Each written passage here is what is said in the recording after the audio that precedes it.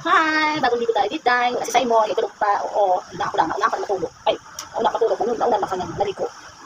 Ayun, nakaano. Nalala ako. Kasi, di ba, nag-post ako sa mga post lang sa atin. Tapos, alala ko ba, may nagtrabaho ako. Kahit naman ikaw, may maka-experience ka mga ganun.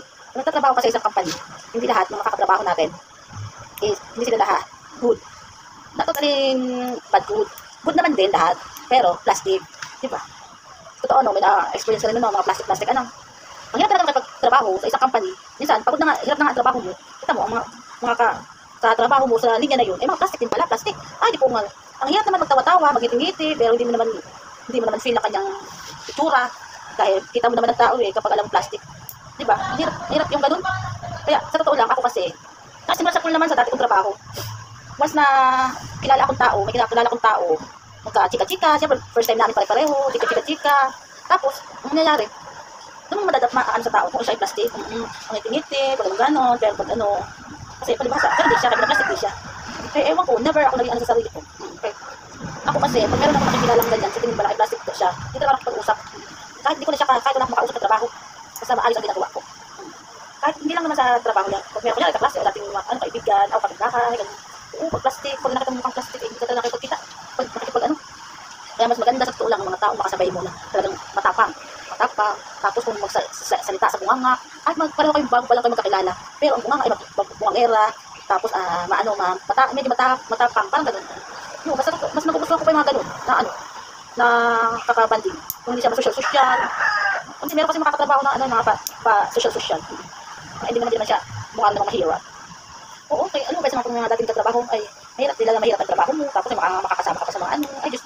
Kaya minsan, kahit naman simula sa pool, pag ako nagkakaroon ng trabaho, hindi ako basta nakikipag-chikahan. Lalo na pag alam kong puro plastic. Mas karamihan lalaki ang aking tropa. Karamihan tropa. Kaya alam natin pag mga lalaki ay mga ano naman, mga mabait naman. Kaya halos lahat naman na-experience mo dati, mga puro lalaki din trabaho.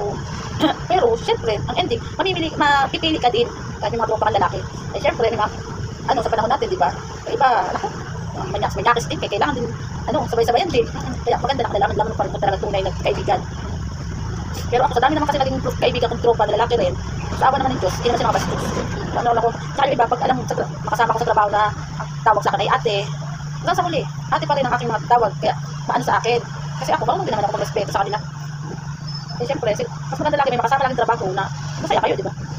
Kahit pag nagtawag kayo sa company, sa ilang oras sa trabaho, sobrang init, sobrang gutom, okay lang, kasi saya pa rin, di ba? Gusto ko talaga makabalik. Kaya yung nagtrabaho kami doon sa uling trabaho ko, ay hindi ako siya nakikipagchikan sa mga babae, kasi may kayo kalandian. Ay naging ano din naman ako, pero hindi naman masakit para sa mga yung tipong mga lalaki na tropa, pero hindi ka katuwaan. Kaloka naman. Mahirap na dyan. Kaya nagtawa ako sa mga nagkasamahan ko kayo nakaalam din. Ito naman, hindi sila mahirap kapag-plastikan. Mga tropa ko sila, pero yung naging tropa ko sila dati, nakakaano nila, kaya alam nila plastic sila, kaya may pag-plastikan sila. Kaya, ay nakakaloka. Ako na nga nakabalik na sa company. Ay, okay na, ang nihiling ko na lang sa ngayon, okay na ang paningin ko kasi sa totoong Diyos ngayon, ay okay na yung paningin ko. Itong side na to na lang ang nakalimutan ang nawala. Na kailangan ko i-focus, ready. Side view ko na. Kaya, tingin ako sa'yo, kita kita dito, ito ang part na to. Hindi ko pa masyadong, kailangan kong Kaya gusto ko, pag tinipat at tawid-tawid, maging okay ang paningin mo, diba? Tawa naman ng Diyos, hanggang sa nagugagalan ako, wala ko nagsasalamin. Nakatawa. Bibihira ako magsalamin kasi pag nagbabasa na ako sa Facebook, nakita ko, maliliit mga sulat, hindi lang kapagkita. Pero ngayon, sa awa ng Diyos, nawala. Bibihira na talaga ako ganun.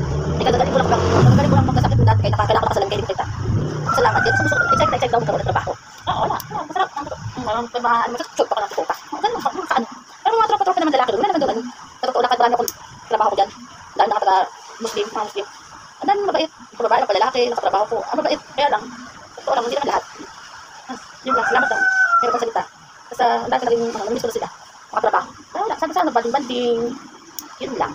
Tapos na akong tugupin. Yes, tawa ulit. Ay, di ako nakamata. Okay lang, masaya na ako. Okay, kunting tiis na. At ako'y makapagtrabaho. Kung ng trabaho, wala pera.